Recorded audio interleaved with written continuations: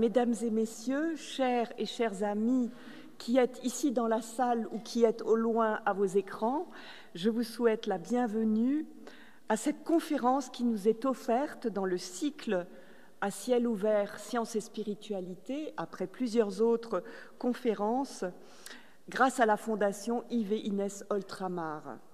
Et c'est une conférence qui porte un sous-titre et un titre magnifique, ou plus exactement un titre entier, Espace, le regard vers le haut et vers le bas, qui promet des émerveillements. Et vous avez déjà entrevu quelques images, vous verrez que c'est extraordinaire. Et c'est en même temps un itinéraire hors du commun, un itinéraire de vie exceptionnel, celui de M. Claude Nicollier, que nous avons la joie et l'honneur d'accueillir ce soir.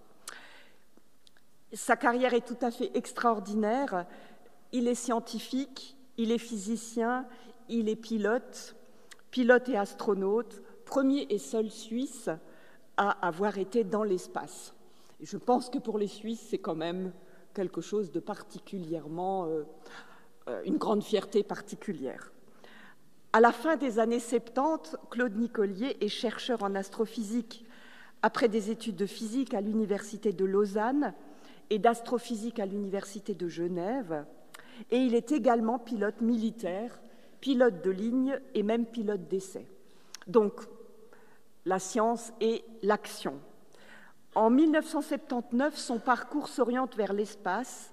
Il est sélectionné comme astronaute par l'Agence spatiale européenne pour constituer avec 3 autres Européens le premier corps d'astronautes européens.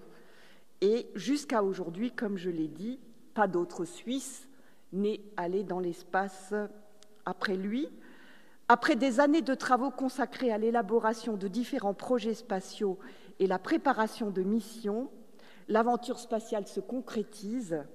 Le 31 juillet 1992, il se trouve assis à bord de la navette spatiale Atlantis, prête à décoller pour son premier voyage dans l'espace. Et nous vivrons un peu quelque chose de ce voyage dans l'espace. Le professeur Nicollier effectuera encore 3 autres missions spatiales à bord de navettes spatiales, en tout 43 jours dans l'espace. Un chiffre hautement symbolique en théologie, le chiffre 40, qui est particulier, qui dit la plénitude. Donc 43, c'est vraiment une plénitude. Donc la navette spatiale Atlantis en 1992, en 1993 à bord de la navette spatiale Endeavour, en 1996 à bord de la navette spatiale Columbia et en 1999, en décembre, à bord de la navette spatiale Discovery. Donc toutes ces années ont été émaillées de 4 missions qui lui donnent l'occasion unique de contempler notre planète, comme très peu d'êtres humains auront la possibilité de la contempler. Nous le faisons par procuration et grâce à ces images. Dans notre petite perspective attachée au sol, j'imagine que pouvoir embrasser des chaînes de montagnes, de voir les levers et les couchers du soleil se succéder, et ça doit être une expérience qui transforme la personne. Mais nous verrons ce qu'il nous en dira. Nous entendrons son expérience. De plus en plus, en tant qu'astronaute, il a eu la possibilité également d'être avec le télescope Hubble en orbite à plus de 600 km au-dessus de la Terre pour des travaux de réparation et de maintenance.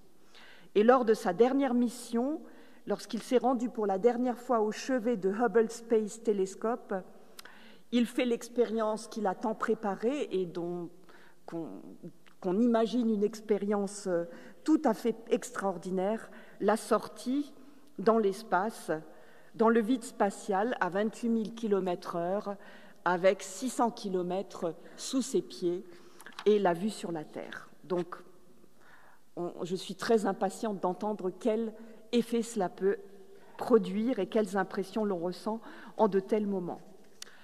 N'oublions pas les compétences scientifiques de pointe exigées dans une telle carrière.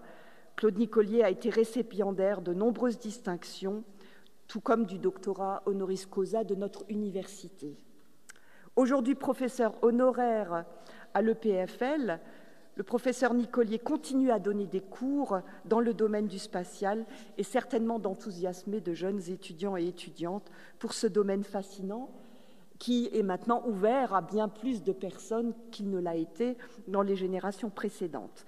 J'ai vu un exemple de sujet de cours qui m'a passionné: comment gérer, programmer et exécuter une mission spatiale en orbite de la Terre ou en orbite dans le système solaire. Donc il y a de quoi rêver. Et j'ai constaté en lisant vos interviews combien vous êtes soucieux de partager non seulement les compétences et les connaissances, mais également la passion. Vous utilisez ce terme de passion, professeur Nicolier, et je peux imaginer tout à fait que nous allons en profiter largement. Et donc ce soir, vous allez nous emmener dans un voyage spatial avec les impressions imagées et la parole, et nous pourrons donc de manière vraiment, tout en restant dans nos fauteuils, profiter de manière exceptionnelle de ce spectacle. À présent, je m'arrête pour pouvoir vous laisser dire tout ce qui est à dire et pour que nous profitions de tout cela en vous disant notre grande joie et merci d'avance. Un grand merci, Madame la doyenne, pour cette aimable introduction. Et bonsoir à toutes et à tous. Je vais commencer par réduire un peu l'intensité lumineuse dans la salle pour que vous soyez accoutumés à l'obscurité, parce qu'il y aura des images très belles, mais relativement sombres. Et s'il y a trop de lumière dans la salle, ça ne passe pas. Alors je vais utiliser le tableau de commande là. Si quelqu'un prend peur, vous me dites, j'augmenterai l'intensité lumineuse de nous. Voilà. C'est vraiment un grand plaisir pour moi de pouvoir donner cette deuxième conférence de la série à ciel ouvert. À vrai dire, je suis presque intimidé, il faut le dire, parce que la première table ronde qui était donnée, c'était le 16 octobre par Michel Mayor, Mathieu Ricard et Nicolas Guizin. C'était la première, je dirais pas conférence, mais table ronde avec quelques moments de conférence par ces trois personnes d'un très très haut niveau. J'étais présent. Et j'étais vraiment impressionné. Et pour moi, je dois vous dire que j'étais intimidé par l'idée de donner la deuxième conférence de cette série à cause du niveau extrêmement élevé de la première. On a toujours la possibilité, et c'est d'ailleurs quelque chose qui va se passer probablement, de descendre de quelques crans par rapport à la première qui était si brillante. Mais je remercie l'Université de Genève, la faculté de théologie protestante de l'université et puis la fondation Ultramar de me donner la possibilité de vous parler un peu ce soir de cette vision vers le haut et vers le bas. C'est un titre qu'on a choisi avec Stéphane Berthet il y a quelque temps. Et c'est une conférence, disons, c'est un titre qui exprime des idées du vol spatial un petit peu différentes que ce que je présente habituellement dans mes conférences. Je parle surtout de ce qu'on fait dans l'espace, les travaux de réparation sur Hubble, les tests qu'on a fait avec un satellite captif, le déploiement d'Eureka lors de ma première mission. Et puis finalement, le regard vers le haut et le bas, ce sont j'irais presque des à côté, des éléments supplémentaires lors d'une mission spatiale qui sont magnifiques, absolument splendides, mais qui ne sont pas la raison principale pour laquelle on va dans l'espace. Par contre, inévitablement, lorsqu'on a un moment de libre, ou même parfois lors du travail, si on travaille à l'extérieur, on a soit le fond du ciel étoilé pendant la nuit orbitale, ou bien le fond de la Terre que l'on survole à 28 000 km à l'heure. Donc c'est constamment présent, mais la focalisation lors d'une mission spatiale, elle est généralement sur l'accomplissement des objectifs de la mission. Pour ma deuxième mission, par exemple, c'était installer sur le télescope Hubble un correcteur d'optique, changer les panneaux solaires, changer les gyroscopes, changer les batteries. Disons, c'est du travail technique que l'on fait. Finalement, j'étais comme un ouvrier avec des outils pour travailler sur un télescope. Et le regard vers le haut et vers le bas, bien sûr, ce sont des moments extrêmement précieux, mais qui, lors des vols de la navette, qui étaient des vols courts, typiquement de l'ordre de 10 jours, c'était relativement rare, je dirais. Contrairement aux missions de la Station spatiale internationale, où ils passent 6 mois, ils ont des week-ends où ils ont du temps de libre. Lors des missions navettes, c'était bang, bang, bang, bang tous les jours pendant les typiquement 10 jours de la mission. Mais les vues de la Terre m'ont personnellement énormément touché. C'était encore une fois une fraction relativement faible du temps passé en orbite, mais ça m'a toujours beaucoup touché. Alors, aller dans l'espace et voir le ciel et la Terre, c'est une chose, mais il faut d'abord y arriver dans l'espace. Et puis on y va lors d'un lancement, que ce soit avec une fusée, comme c'est le cas maintenant avec les astronautes qui vont dans la station spatiale, soit au départ de Baïkonour au Kazakhstan ou au départ de Kennedy Space Center de la fusée Falcon 9 avec le Crew Dragon. À l'époque, quand j'étais impliqué dans les programmes de vols spatiaux habités, c'était la navette spatiale. Ça commence toujours par un lancement, je peux vous dire, et je l'ai mis ici, c'est un court voyage, seulement 8 minutes et demie pour aller dans l'espace, mais une bonne bouffée d'adrénaline. 8 minutes et demie parce que l'espace c'est tout près. Lorsque vous êtes à plus de 100 km d'altitude, c'est la distance d'ici à Berne à peu près. Non, c'est moins que la distance d'ici à Berne. Je pensais à la distance entre Lausanne et Berne. C'est la moitié de la distance qui nous sépare de Berne. À la verticale, vous êtes déjà dans l'espace. Et là, le ciel est complètement noir. C'est pratiquement le vide. Pas tout à fait, mais c'est un milieu extraordinairement ténu. Vous êtes dans l'espace. Donc, on ne met que 8 minutes et demie pour y aller. Et puis, je vais vous montrer une courte vidéo qui va illustrer la dernière minute de compte à rebours avant le départ. Et ensuite, on aura le départ à la verticale de la navette spatiale, juste à la séparation des fusées à combustible solide que vous voyez là. Ça, c'est ce qu'on appelle l'orbitaire, c'est l'avion fusée, si on peut dire, avec une cabine et 7 personnes à bord, 3 moteurs à hydrogène au bas qui consomment de l'hydrogène liquide contenu dans ce grand réservoir brun avec de l'oxygène liquide. Et ce sont des moteurs fusées parfaitement verts parce qu'ils produisent de l'eau, 1,5 tonne d'eau à la seconde et de la poussée. Mais la poussée n'est pas suffisante pour assurer le départ à la verticale de l'assemblage. Donc, il faut des fusées à combustible solide qui sont de part et d'autre du réservoir, qui, elles, ne sont pas totalement vertes, il faut l'avouer. Mais les moteurs à hydrogène de la navette sont tout à fait verts, produisent de l'eau et de la poussée. Alors voilà, je vais vous inviter à ce compte à rebours, et puis environ 1 minute et demie plus tard, ce sera le départ. D'abord l'allumage des moteurs à hydrogène, et au temps T0, l'allumage des fusées à combustible solide, qui sont consommées après 2 minutes environ, séparées, retombent dans l'océan Atlantique et sont réutilisées. Les 2 premières minutes. Attachez vos ceintures.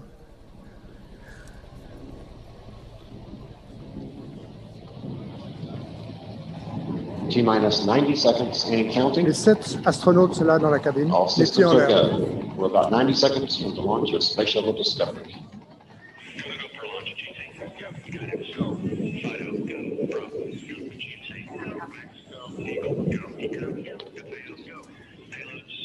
Il y a un couvercle du réservoir extérieur qu'on doit éloigner avant le départ. Ça n'a jamais été oublié, heureusement.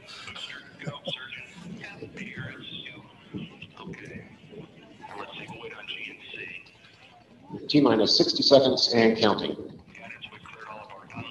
La partie inférieure des ailes et du fuselage couverte de tuiles de protection thermique Power at this time. pour la Discovery is descente. now running off its 3 onboard fuel Les moteurs à cells. hydrogène, Coming up on a go for auto sequence start.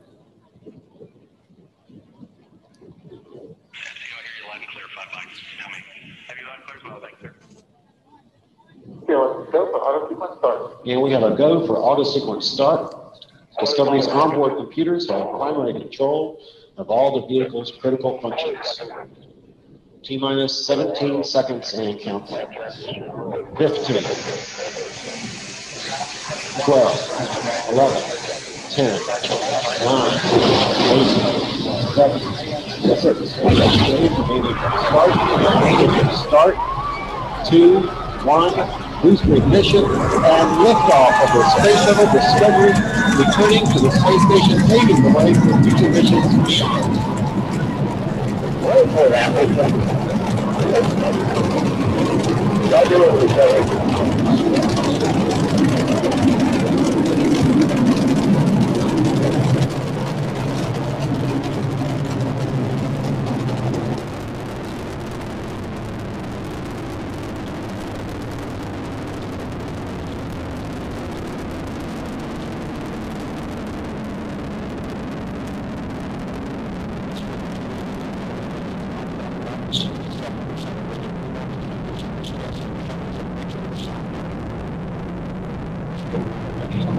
final lap altitude, 1.5 miles down range, we got the 7 miles an hour.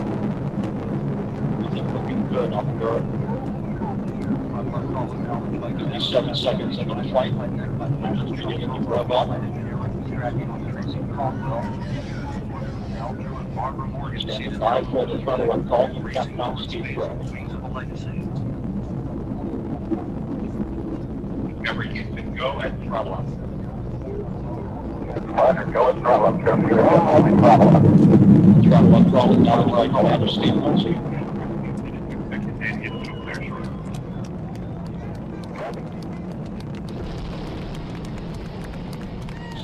Booster separation confirmed, guidance now converging. Discovery's onboard computers commanding the main engine nozzles to swivel, aiming the shuttle for its precise target in space for main engine cutoff. Okay, you sound good.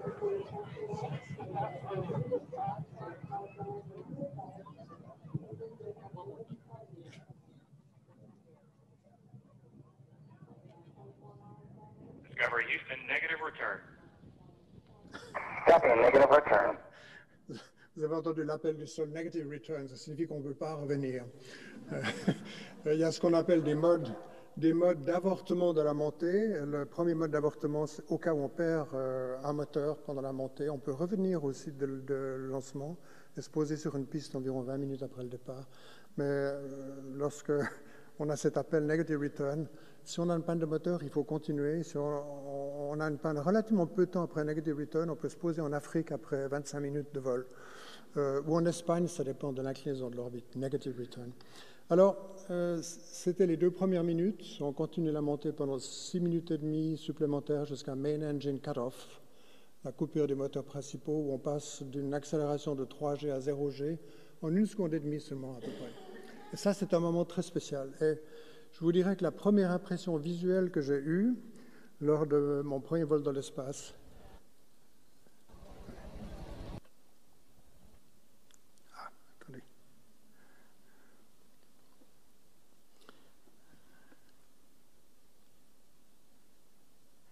c'était le fond du ciel complètement noir. J'ai regardé vers le haut et j'ai constaté que le fond du ciel était complètement noir. Et ça, c'est vraiment impressionnant. J'ai ensuite regardé la Terre, j'en parlerai après. Mais j'aimerais d'abord donner quelques détails sur la navette spatiale et puis le Crew Dragon qui est utilisé maintenant par des astronautes pour aller vers la station. La navette spatiale que vous voyez à gauche a été utilisée jusqu'en 2011. Et ça paraît être un engin d'une autre époque par rapport aux lignes très, très fines du Crew Dragon de SpaceX que vous voyez à droite, utilisé maintenant par les astronautes pour aller dans la station.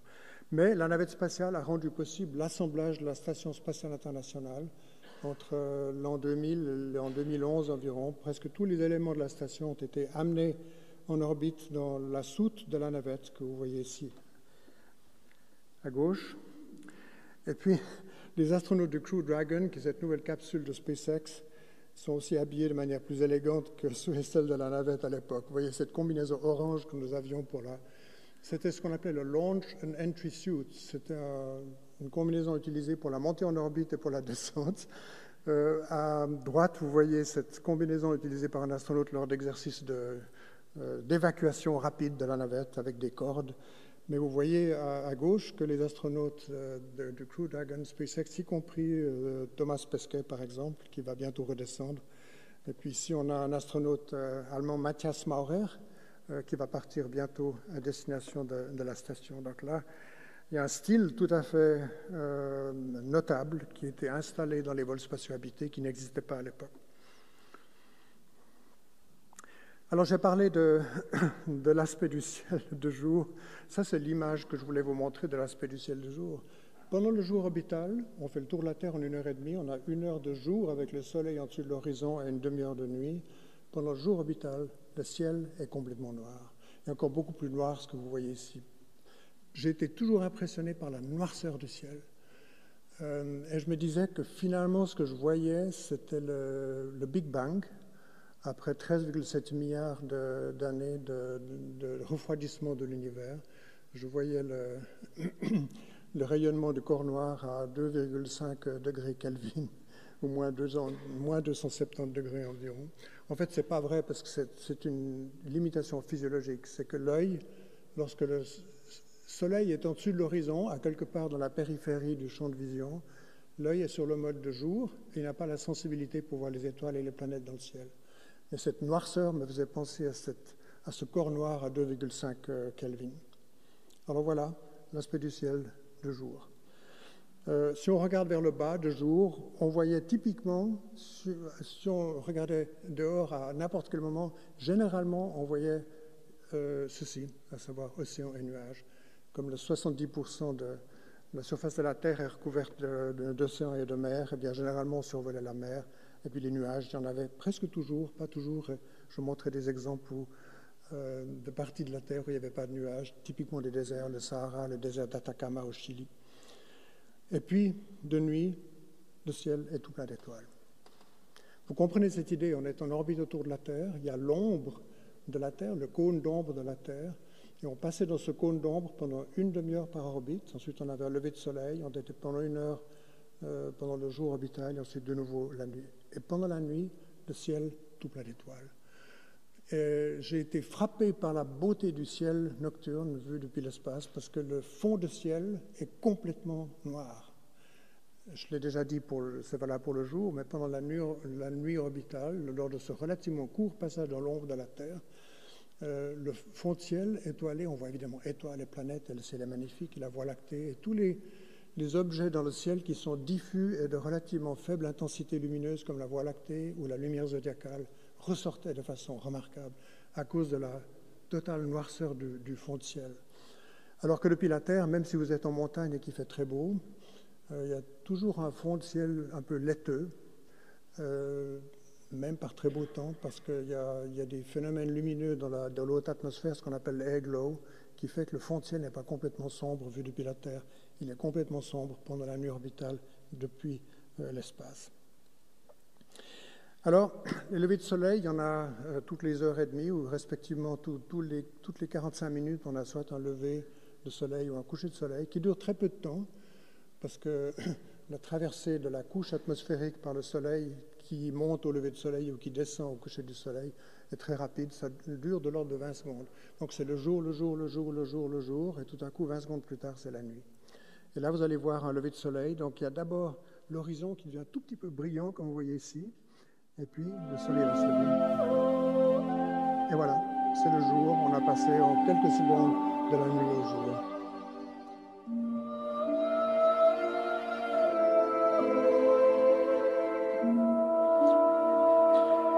Et puis ce lever de soleil avait lieu au moment où nous étions au-dessus des régions de terre de nuit. Et là, on va passer sur ce qu'on appelle le terminateur. Ici, c'est le lever de soleil sur la Terre.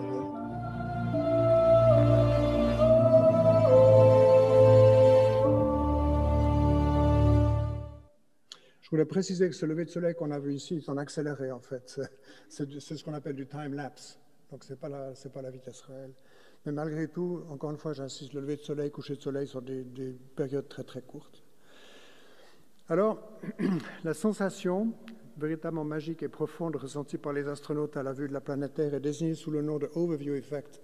C'est le terme utilisé en anglais. Il n'y a pas de très bonne traduction en français. On peut dire l'effet de la vue d'ensemble, si on peut dire, mais ce n'est pas aussi clair et net que le Overview Effect. C'est un terme qui est très utilisé dans le monde anglo-saxon pour cet effet très profond des vues de la Terre depuis l'orbite basse.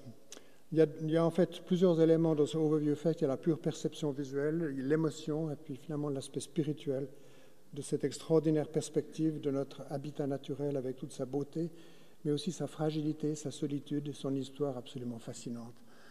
On se pose toujours des questions en voyant la Terre. On se dit quand même cette planète qui est née en même temps que tout le système solaire à 4,6 milliards d'années avec la vie qui a commencé environ 1,5 milliard d'années après la formation du système solaire, c'est-à-dire 3 milliards d'années. Et cette magie de la création des premières formes primitives de vie et tout le développement de la vie sur Terre jusqu'à une espèce qui se pose des questions sur sa propre origine. Et on ne peut pas manquer de se poser des questions lorsqu'on voit la Terre depuis l'espace sur cette magie de l'évolution terrestre et de la vie sur Terre. Alors je vais vous montrer maintenant quelques images, quelques photos de la planète Terre et pour vous montrer l'extraordinaire variété de paysages que nous observons depuis l'espace. Vous avez ici une partie du désert du Sahara, c'est le Tassili Nadjer au sud algérien, magnifique. C'est une formation qui est très caractéristique. Ces montagnes très sombres, presque noires, entourées de ces magnifiques dunes de sable. Là, vous avez le Mississippi River. Encore une fois, je vais passer ces images relativement rapidement pour vous montrer l'extraordinaire et splendide variété des paysages terrestres. Là, vous avez une image qui me touche beaucoup. C'est le salar de Uyuni en Bolivie. Vous avez la crête des Andes ici. À l'arrière-plan, vous avez la côte pacifique du Chili, et qui ensuite a ce virage vers le nord-ouest, au nord du Chili, en direction du Pérou. Et ce que vous avez, c'est une couverture nuageuse sur l'océan Atlantique, l'océan Pacifique, excusez-moi, qui est relativement froid.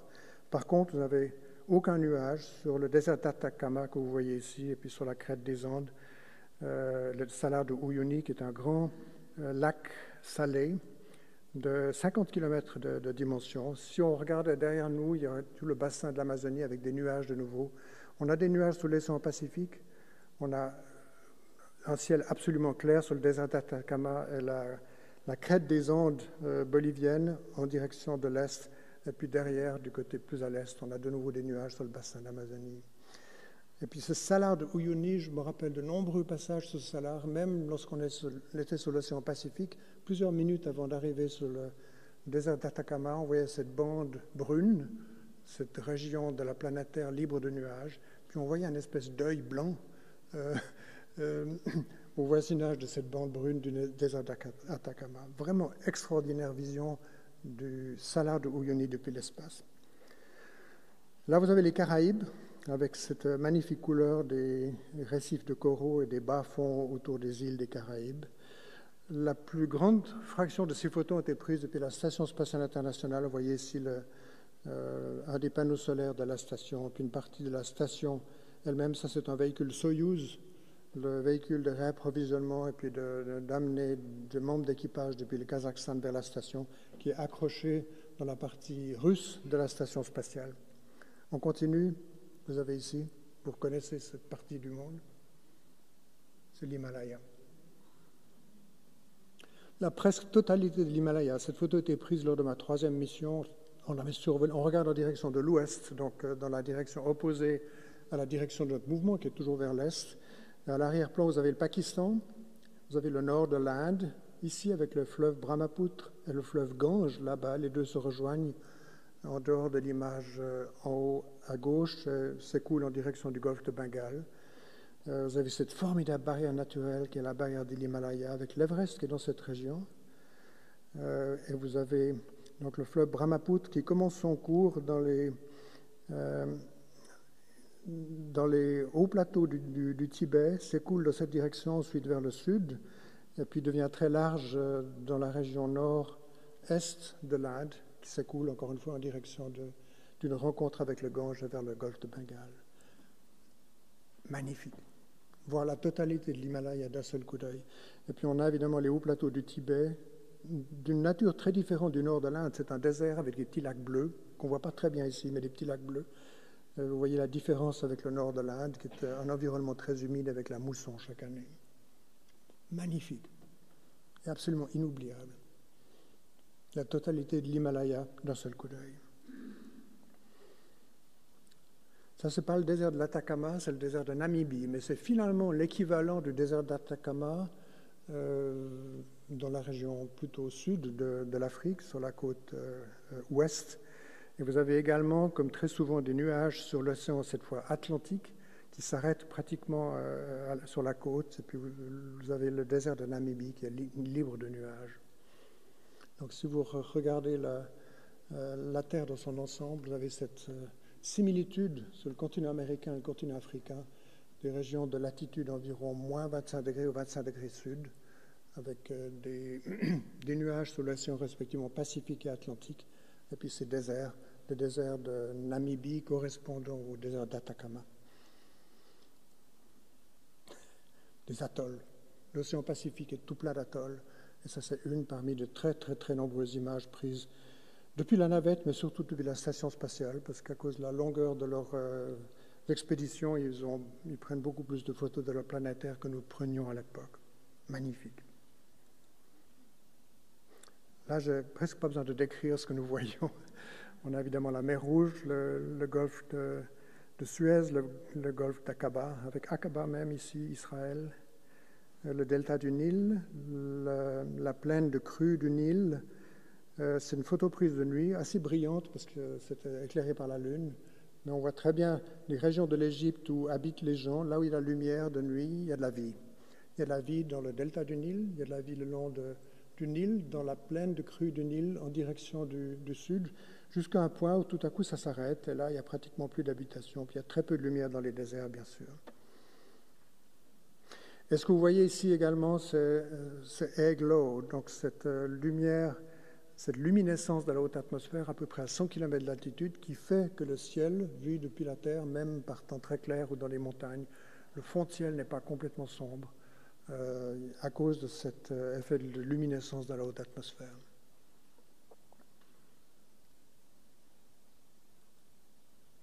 Alors si on regarde un petit peu plus au sud-est, on voit ici le golfe Persique avec Dubaï, Abu Dhabi, Doha, Qatar ici, l'Iran de l'autre côté. Et encore une fois, ce sont des régions du monde qui sont généralement libres de nuages, donc magnifiques. Et les survols du désert du Sahara et puis du Moyen-Orient étaient toujours très appréciés parce qu'on pouvait voir tous les détails. Alors que les survols de certaines régions, comme par exemple l'Amérique centrale, j'ai fait 2 missions avec Franklin Chang Diaz, qui est un astronaute américain mais d'origine de Costa Rica.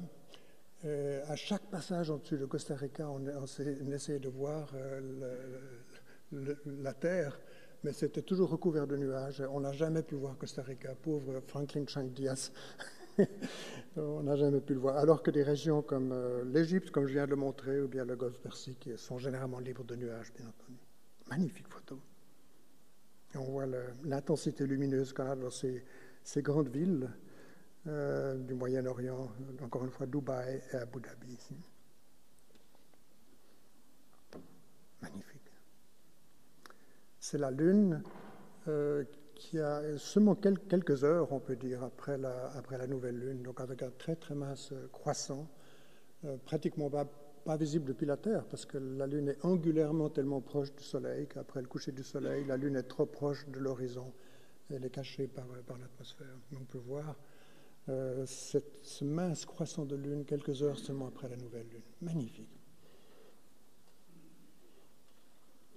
Alors j'aime cette photo, je ne sais pas exactement quelle partie du monde c'est, mais c'est une vue de nuit assez typique avec une très belle vue de la constellation d'Orion. Vous avez la nébuleuse d'Orion ici, Bételgeuse ici. Et lorsque j'ai vu cette photo, et puis c'était déjà le cas lors de mes missions, lorsque je voyais la Terre depuis la nuit, j'ai pensé beaucoup à un texte de Saint-Exupéry que j'aimerais vous montrer maintenant. J'ai toujours devant les yeux la première nuit de vol en Argentine, une nuit sombre où scintillaient, comme les étoiles, les rares lumières éparses dans la plaine. Chacun signalait, dans cet océan de ténèbres, le miracle d'une conscience. Dans ce foyer, on lisait, on réfléchissait, on poursuivait des confidences. Dans cet autre, peut-être, on cherchait à sonder l'espace. On s'usait en calcul sur la nébuleuse d'Andromède. Là, on s'aimait. De loin en loin, luisaient ces feux dans la campagne qui réclamaient leur nourriture. Jusqu'au plus discret, celui du poète, de l'instituteur, du charpentier. Mais parmi ces étoiles vivantes, combien de fenêtres fermées, combien d'étoiles éteintes, combien d'hommes endormis. Je vous montre encore cette image, parce que en voyant la terre de nuit avec toutes ces lumières, encore une fois, là où il y a de la lumière, il y a de la vie. Ce texte de Saint-Exupéry m'est souvent revenu en mémoire. C'est tout au début de Terre des Hommes. Relisez Terre des Hommes, un livre magnifique, et Vol de nuit également. Mais ce texte que je viens de lire est vraiment splendide. Aurore boréale, et aurore australe aussi. Bien sûr, le phénomène, on parle souvent d'aurore boréale ici parce qu'on est dans l'hémisphère nord, mais il y a des aurores australes également avec la même intensité. Magnifique toujours, et on survole ces aurores australes et boréales. L'altitude de l'orbite de la Station spatiale internationale, c'est 400 km. Les missions Hubble étaient à 600 km. On est toujours en dessus de la partie supérieure des aurores boréales ou des aurores australes. Et encore une fois, on voit de façon permanente cette région de luminescence dans la haute atmosphère. Par contre, les aurores boréales, qui sont dues à l'impact de particules du vent solaire dans la haute atmosphère, sont absolument splendides. Elles sont soit de couleur verte, très généralement parfois de couleur rouge. Ça, c'est une partie du monde qu'on connaît bien. Et là aussi, relativement peu de nuages, ce qui est plutôt exceptionnel. Donc l'Italie, la Sicile, la Corse et la Sardaigne. Magnifique, avec les lumières de Rome et de Naples, Palerme. Voilà, on s'approche un petit peu de la Suisse, là. Vous voyez Rome, les lumières de Milan et de Turin. Vous voyez ici, nous sommes là. Vous voyez le lac, voilà le Léman, pas le lac Léman, mais le Léman, tout simplement la vallée du Rhône.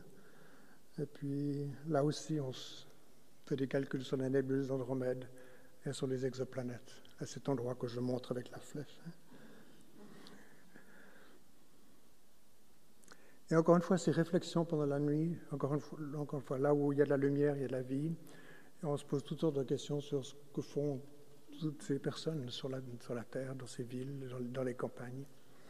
Et on a des réflexions profondes sur la nature humaine, en voyant la Terre comme je vous le montre ici. Là, on s'approche un petit peu, ça c'est de jour maintenant, on s'approche un petit peu de Genève. Vous voyez le Léman avec la vallée du Rhône. Genève, ici, on voit très bien l'aérodrome de Genève. Puis là, on s'en approche véritablement, là, on passe vraiment à la verticale.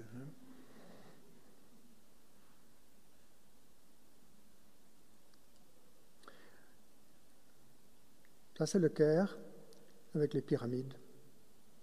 La verticale, Caire et pyramides. Magnifique vue du désert avec là des formations nuageuses, des orages qui, encore une fois, plafonnent pratiquement à la limite de la stratosphère, donc à 10-12 km d'altitude. Cette photo est splendide. Alors, on voit parfois des phénomènes violents. Là, vous avez une vue très intéressante d'un volcan, le volcan Sarychev, en Russie. Vous allez voir une petite vidéo qui a été prise lors du survol de ce volcan d'une altitude de 400 km de la Station spatiale internationale. Ce qui est intéressant, c'est qu'avec la chaleur dégagée par le volcan, vous avez des nuages qui recouvraient toute cette région et qui ont été dissipés par la chaleur due à cette éruption volcanique. Regardez une petite vidéo. Pendant ce temps très court, vous voyez des changements dans la structure de ces colonnes de cendres. Magnifique.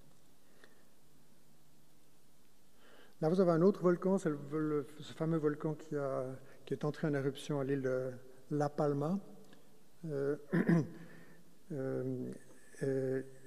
Vous voyez ici le cratère du volcan, puis la lave qui s'écoule au voisinage de cette région d'habitation ici. Ça, c'est très récent, c'est ces derniers mois. Photo prise de la station spatiale. Alors là, je vais vous montrer quelques autres images qui sont plus seulement des images de la planète Terre, mais des images de travail qu'on fait dans l'espace. Et puis à l'arrière-plan, vous verrez la planète Terre. Là, vous avez une photo stupéfiante de Bruce McCandless. C'est un astronaute américain qui a fait une sortie extravéhiculaire lors d'une mission navette en 1984. Et il est sorti avec ce qu'on appelait dans le langage NASA le Manned Maneuvering Unit, c'est le fauteuil volant. Et il s'est éloigné de la navette de quelques centaines de mètres sans filet de sécurité. Alors il vole en formation avec la navette spatiale à une vitesse de 28 000 km/h avec son petit fauteuil volant. Il pouvait commander les rotations à main droite et les translations à main gauche. Cette photo est absolument stupéfiante. Imaginez. avec votre fauteuil volant, là en parallèle avec la navette, parce qu'il avait besoin de la navette pour rentrer sur Terre, il n'aurait pas pu rentrer tout seul. Si vous avez l'occasion de faire une chose pareille, il ne faut pas hésiter. Une sortie extravéhiculaire sans filet de sécurité avec le fauteuil volant. Alors, une autre photo qui montre du travail, mais avec à l'arrière-plan des vues de la Terre, c'est lors de ma toute première mission, c'était la première tâche qu'on avait à accomplir, le déploiement en orbite de la plateforme scientifique Eureka, European Retrieval Carrier, Eureka avec un C, Carrier, plateforme scientifique dont j'avais la responsabilité du déploiement avec le bras robotique. Je l'avais extrait de la soute de la navette, alors que nous survolons de nouveau le Moyen-Orient. Vous voyez ici Kuwait City, ici, l'embouchure du Tigre et de l'Euphrate près de Kuwait City, avec l'Iran à droite. Ça, c'est une photo que j'adore. Première mission de réparation de Hubble en décembre 1993. Nous avons dû installer un correcteur d'optique, changer les panneaux solaires, changer les gyroscopes. Et vous avez ici, lors de la 5e sortie extravéhiculaire de la mission, lorsque nous avons échangé les panneaux solaires que vous voyez sur la paroi du télescope, mais avant leur déroulement. Vous avez mon collègue Story Musgrave ici au bout du bras robotique que je pilotais. Vous avez Jeff Hoffman dans la soute. Nous étions 600 km au-dessus de l'Australie. Vous voyez le sud de l'Australie, Adélaïde, l'Antarctique à l'arrière-plan, et puis le fond de ciel complètement noir. Une splendeur. Et pour moi, des images qui sont gravées dans ma mémoire pour toujours. Quelle place de travail, hein? Lors de ma deuxième visite à Hubble, c'était 6 ans plus tard, en décembre 1999, je suis là au bout du bras robotique en train d'installer une nouvelle caméra dans le télescope. Ça, c'était l'ancienne, le Find Guidance Sensor No. 2, qui était tombé en panne. Ça, c'est l'ancien qui ne fonctionnait plus, mis en position temporaire sur le côté du fuselage. Je suis en train d'installer perpendiculairement à l'axe optique du télescope la nouvelle caméra avec mon collègue Mike Fall, qui fait l'ascension de la paroi nord de Hubble. Vous voyez la dimension du télescope. C'est un relativement petit télescope comparé au grand télescope terrestre, mais pour un télescope spatial, c'était un grand instrument. Et ça, c'est une image que j'adore aussi, une image d'ambiance extraordinaire. C'était à la fin de ces travaux de réparation sur Hubble en décembre 1993. Nous avons soulevé le télescope avec le bras robotique en dessus de la soute. Et vous voyez, nous survolons des régions de la Terre qui sont de nuit. Et ici, vous avez ce qu'on appelle le terminateur, la limite jour-nuit à la surface de la Terre. Le Soleil est en dessus de l'horizon, pas très haut, mais en dessus de l'horizon. Il illumine notre vaisseau spatial avec les ailes. Et puis, vous avez ici la réflexion de la lumière du Soleil via les ailes sur le bas du télescope de Hubble. Ça, c'est la partie instrumentale du télescope Hubble. C'est une vue absolument splendide. J'ai aussi une mémoire profonde de ce moment qui, visuellement, était absolument extraordinaire.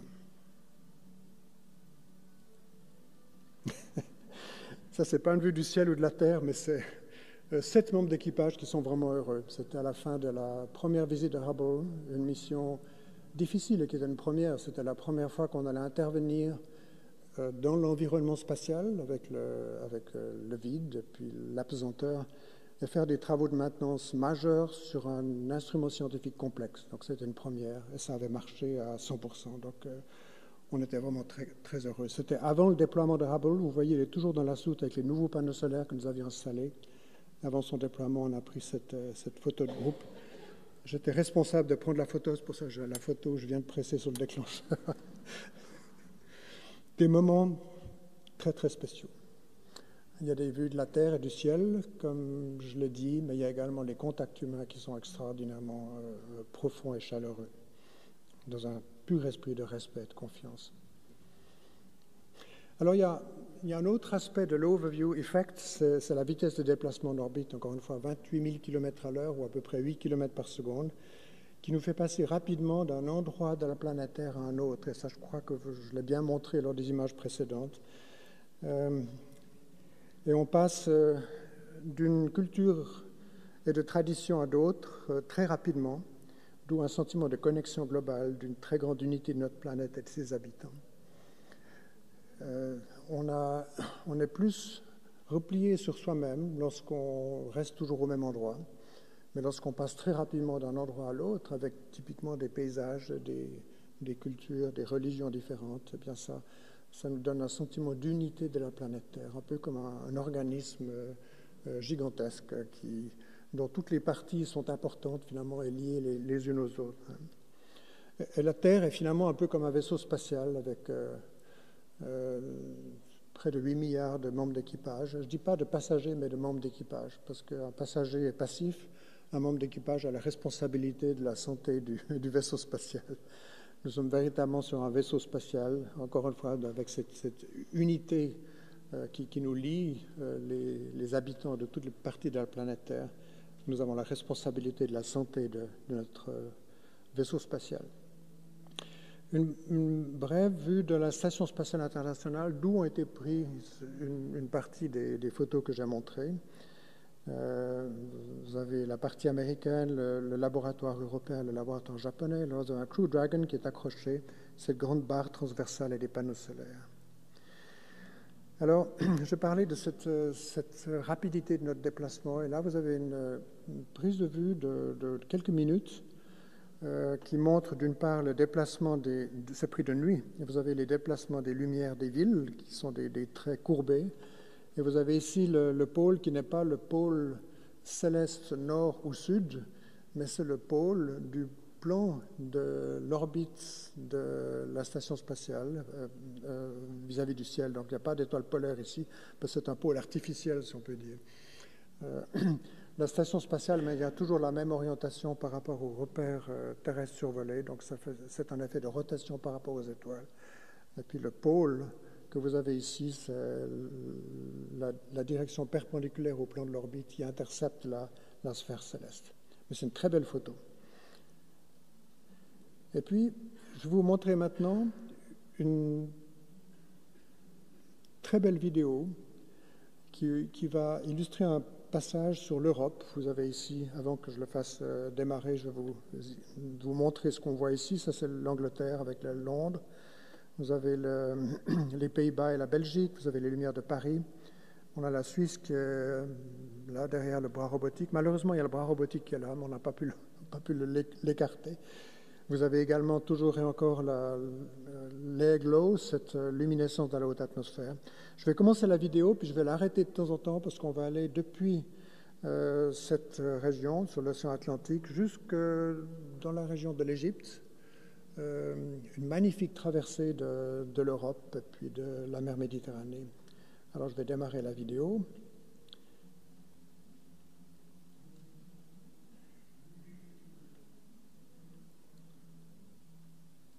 Voilà, et j'arrête ici. Vous voyez ici le lac Léman. Nous sommes là, Genève, la vallée du Rhône.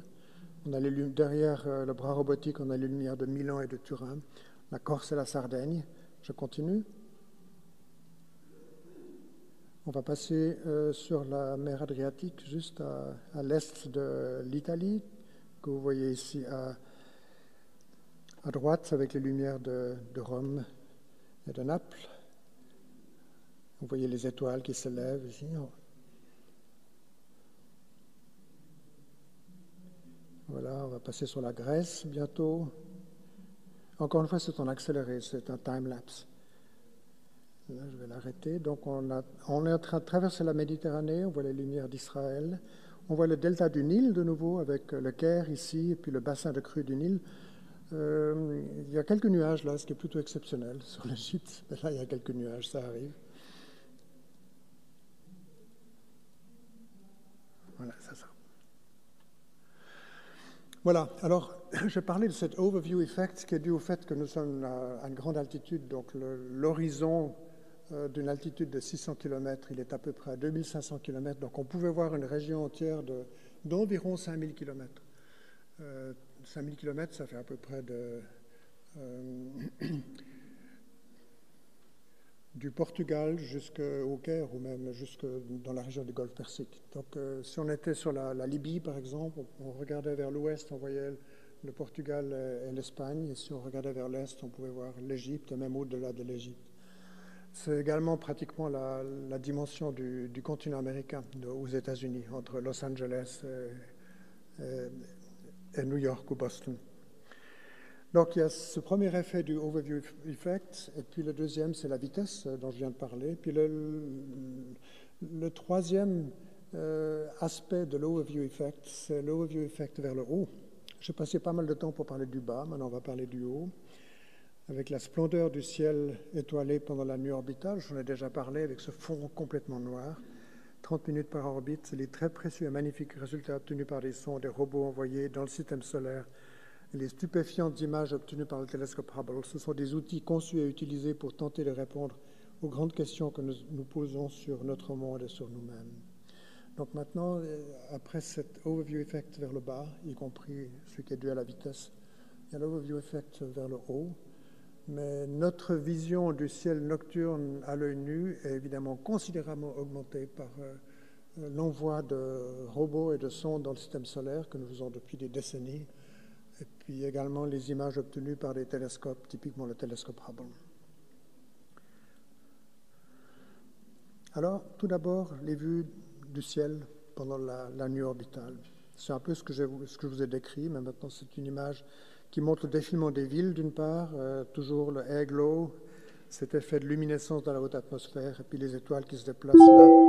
On est en train de regarder en direction du sud-ouest, donc dans la direction à peu près opposée à la direction de notre mouvement. Donc les étoiles se couchent. Lorsqu'on regarde dans la direction de notre mouvement vers l'est, les étoiles se lèvent, là elles se couchent. Et ça va bientôt être le lever du soleil, on voit le air glow qui devient plus brillant, on voit les panneaux solaires de la station spatiale qui viennent en place.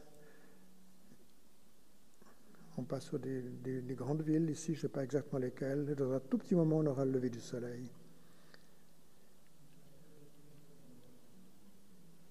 Voilà, ça c'est la vue du ciel de nuit. Encore une fois, c'est en accéléré ici. Et voilà, on a le lever du soleil.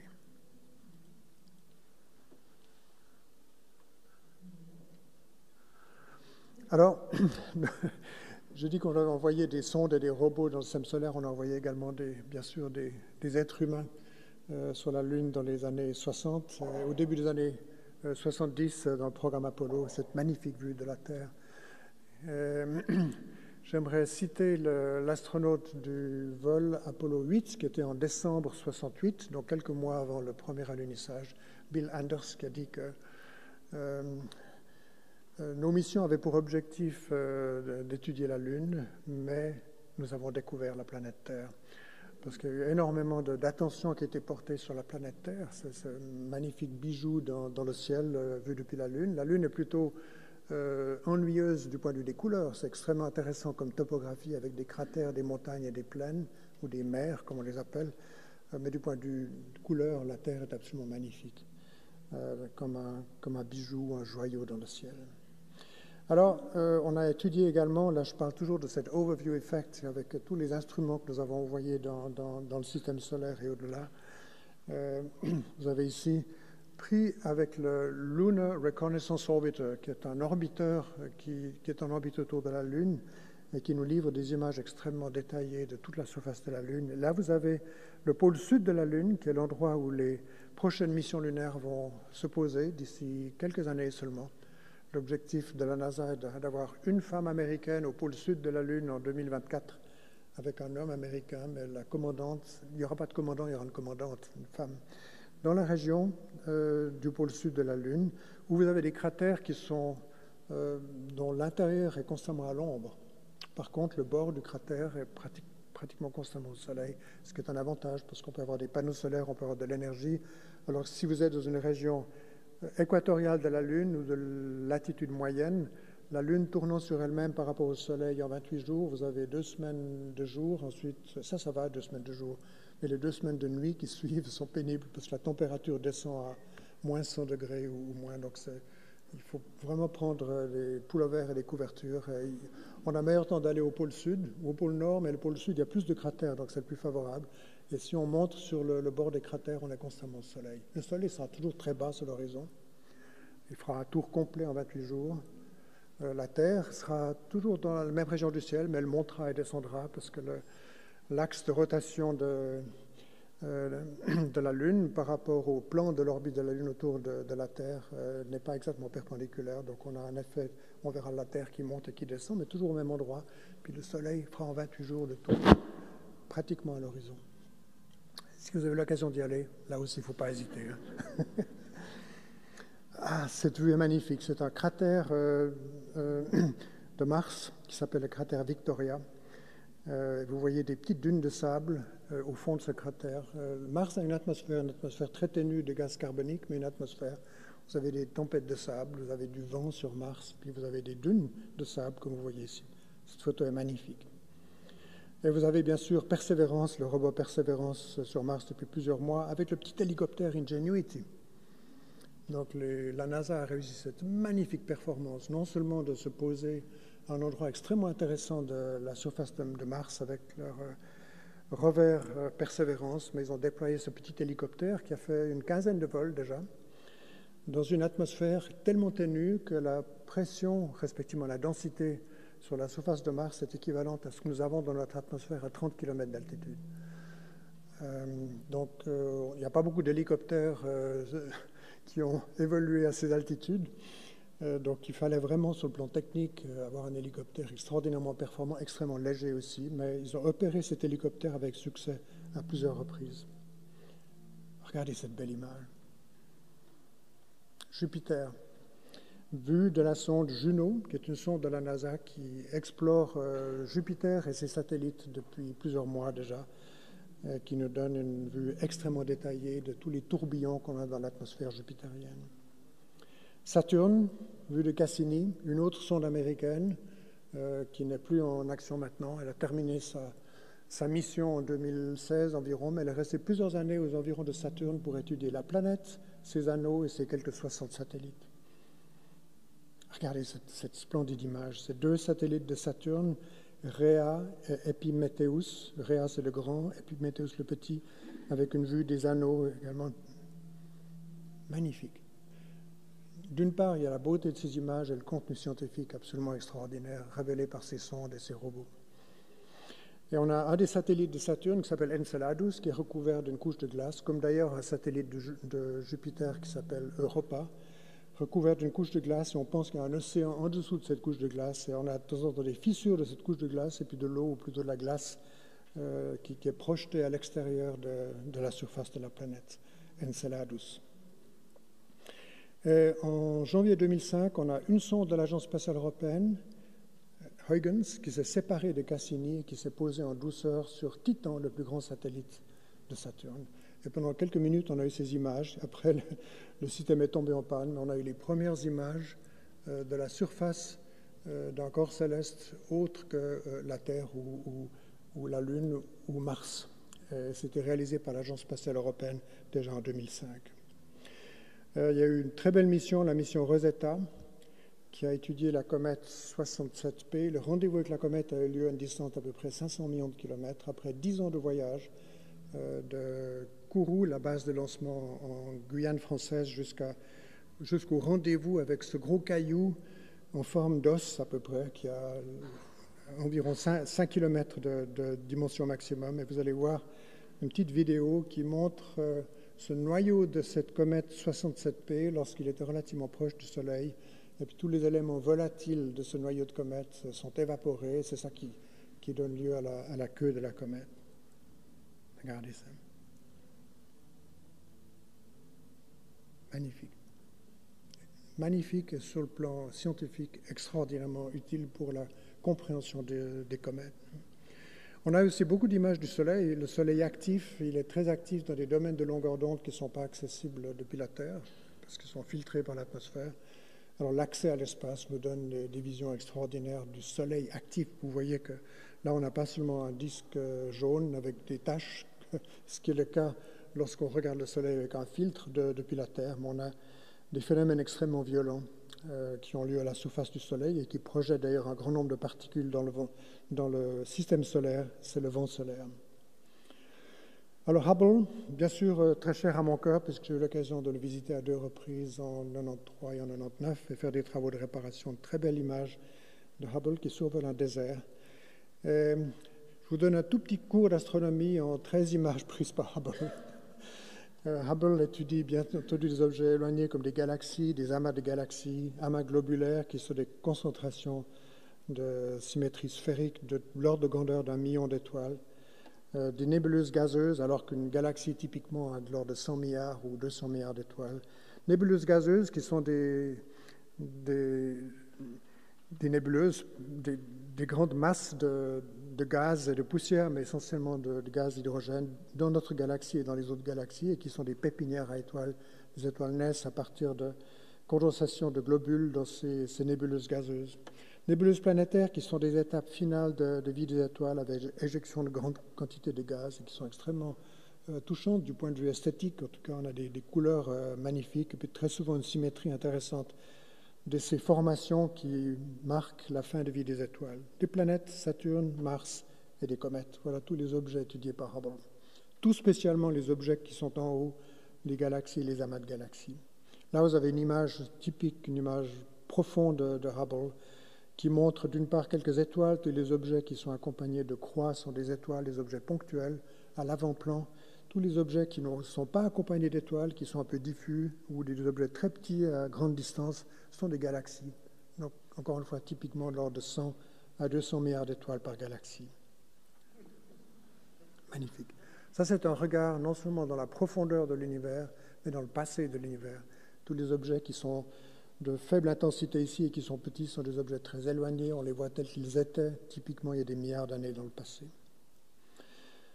Voilà, j'ai terminé ce tour et ce regard vers le bas, où j'ai consacré un peu plus de temps, le regard vers le haut, avec ces différentes composantes. Il y a la beauté du ciel nocturne vu depuis l'orbite basse, lorsqu'on traverse le cône d'ombre de la Terre. Il y a cette augmentation de notre capacité de vision avec des sondes et des robots qu'on envoie dans le système solaire. Et puis il y a cette extraordinaire connaissance qu'on peut acquérir sur des objets très lointains avec des télescopes comme le télescope de Hubble. Donc ça, c'est l'aspect du overview effect vers le haut. Voilà, il faut prendre soin de la planète Terre, je l'ai mentionné, mais nous devons poursuivre en parallèle l'exploration de l'espace et d'autres mondes. Nous sommes physiquement insignifiants, mais avons cette capacité de comprendre et de nous émerveiller. Alors, il ne faut pas oublier le regard vers le haut, depuis la surface de la Terre et depuis l'espace. Merci pour votre attention.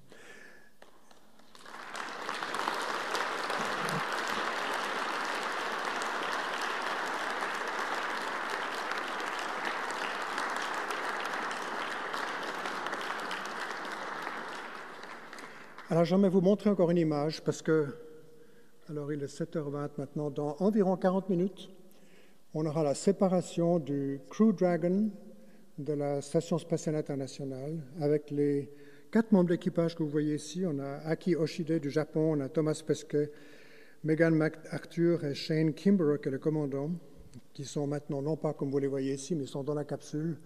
Et dans environ un peu moins de 40 minutes, plutôt dans 36 minutes, ils vont se séparer de la station spatiale.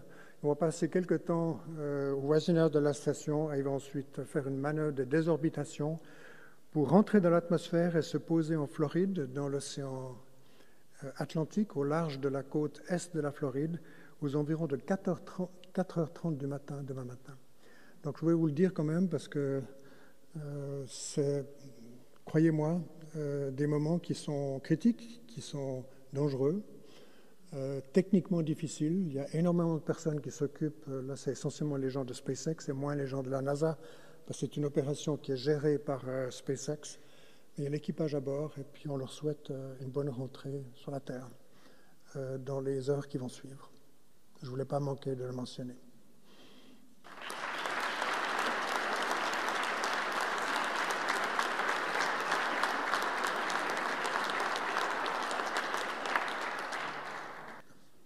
Merci beaucoup pour cet extraordinaire voyage. Alors, vous avez commencé l'exposé en disant que vous êtes intimidé, mais je suis sûre qu'il n'y a pas une personne ici qui est restée insensible à cette beauté et à cet impressionnant témoignage et à tout ce que vous nous avez montré. Et vraiment, c'est merveilleux. Et comme vous l'avez dit, ce qui est impressionnant, c'est qu'il n'y a pas seulement l'existence de cette beauté, mais que l'œil humain est là pour le regarder et que l'être humain est là pour y réfléchir. Et finalement, le miracle, il est des deux côtés de cette beauté et de la conscience humaine qui est capable d'y réfléchir. Alors, je vais bien sûr donner la parole à toutes les personnes qui souhaitent, dans la mesure du possible. Je commencerai peut-être simplement par une question, parce que vous avez utilisé cette image de la Terre qui est comme un vaisseau spatial dans l'espace. Et je me suis souvent fait j'ai souvent pensé cela, nous sommes comme un vaisseau spatial finalement, nous sommes nous-mêmes comme un vaisseau spatial en tant que planète Terre dans les profondeurs de l'espace. Et est-ce qu'il n'y a pas là une révolution copernicienne que l'être humain peut voir l'espace et peut se voir lui-même et voir sa Terre depuis l'espace, et une révolution au sens de la conscience humaine, comme vous l'avez dit, qui prend conscience de l'unité de la Terre, de sa fragilité, de sa beauté. Est-ce qu'il n'y a pas là une transformation fondamentale finalement au fond de la conscience humaine? Oui, je pense qu'il y en a une, en fait, et c'est ce que j'ai essayé de faire passer ce soir. Il est évident qu'il y a relativement peu de personnes qui ont été dans l'espace, à peu près 600 jusqu'à maintenant. Et puis certains et certaines ont fait des allers-retours, en fait, monter à 100 km et redescendre. Et ça, c'est pas quelque chose qui nous donne une véritable impression de cette magnificence de la Terre d'une part, et puis de sa fragilité, de sa petitesse aussi, mais de son unité aussi. Donc, je parle des vols spatiaux au moins orbitaux, ou bien des vols vers la Lune. C'est ça qui a fait prendre conscience de notre place dans le cosmos, finalement, que ce soit notre place physique ou notre place spirituelle dans le cosmos. Et ça, c'est depuis les débuts de l'ère spatiale, et tout spécialement depuis le programme Apollo, cette vision de la Terre d'une distance de 400 000 km prise lors de Apollo 8, avec Bill Anders qui s'exprime en disant qu'on allait là-bas pour explorer la Lune et on a découvert la Terre. C'est magnifique, ça. Et ça, c'est un tournant, véritablement. Oui. Et quand vous dites place spirituelle dans l'espace? Spirituel, pour moi, c'est toutes les questions que je me pose, beaucoup plus de questions que de réponses, finalement, sur le comment et le pourquoi. Depuis la formation du système solaire, depuis la formation de l'univers lui-même, c'est le Big Bang, disons, mais prenons un peu moins de recul et prenons la formation du système solaire il y a à peu près 4,5 milliards d'années. Comment est-ce que c'est possible que tout ça se soit passé, la naissance de la vie sur Terre, des processus chimiques qui finalement ont donné naissance à la vie, jusqu'à cette espèce qui se pose des questions sur sa propre origine et sur son futur? C'est incroyable, ça. Personnellement, je ne comprends pas. C'est comme, je vais citer Michel Mayor, I don't know. Et c'est la grandeur de Michel Mayor, parce qu'il y a des choses qu'on ne comprend pas, puis on avoue qu'on ne comprend pas. I don't know.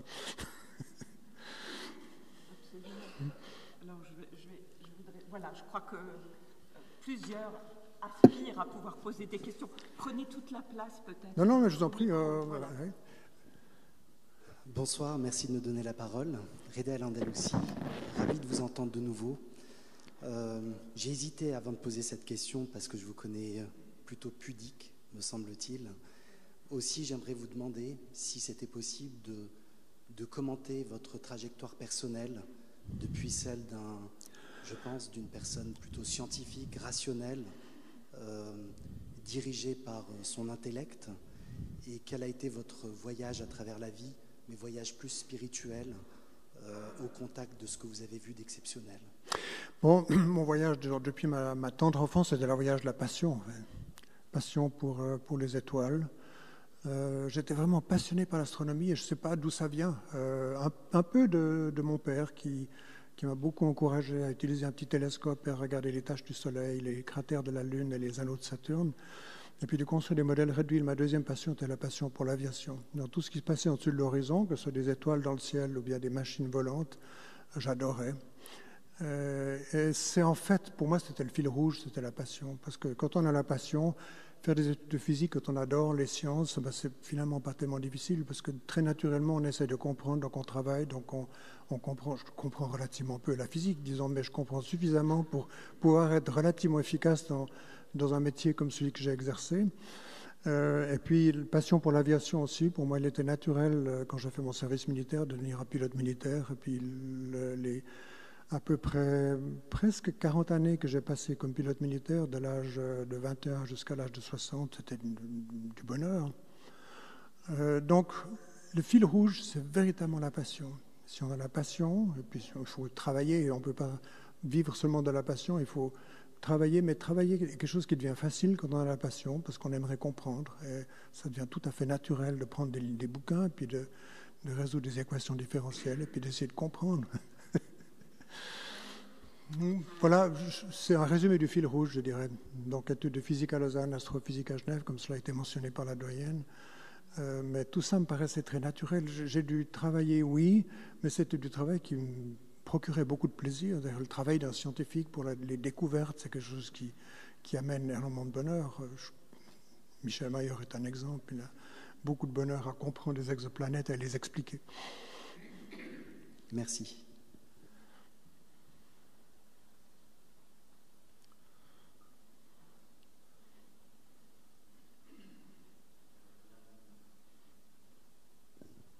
Je vous fais part d'une question du public en ligne, à distance. Première question, comment est-ce que vous gérez la peur dans vos missions spatiales? Comment est-ce que vous gérez la peur dans vos missions spatiales? Dans le vaisseau spatial. La peur, on la met de côté, tout simplement. Non, c'est vrai. Comment on fait ça? Non, mais en fait, si on a peur, on n'est pas performant.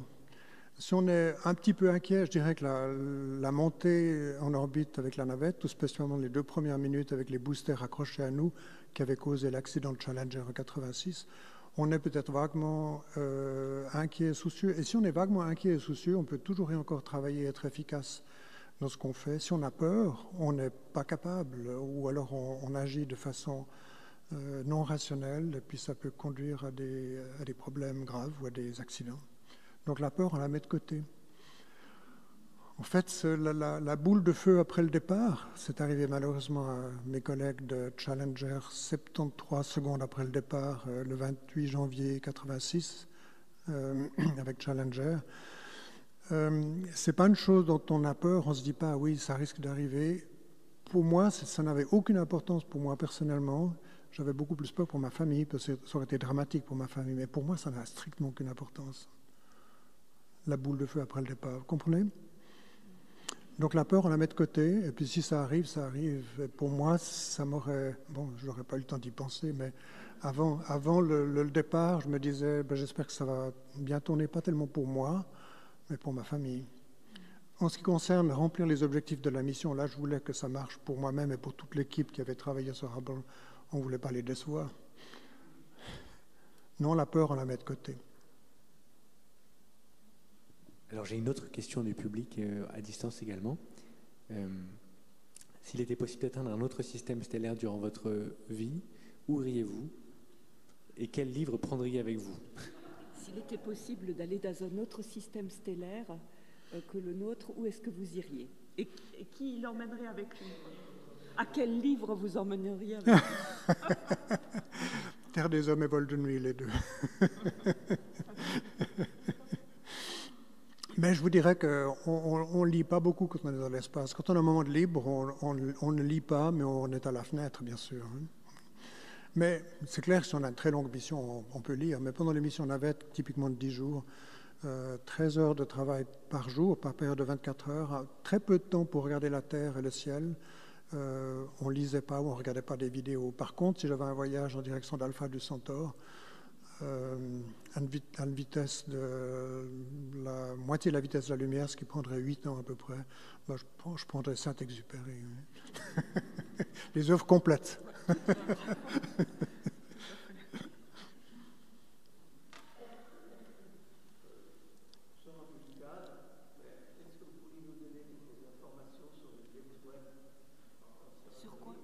Oui, le James Webb.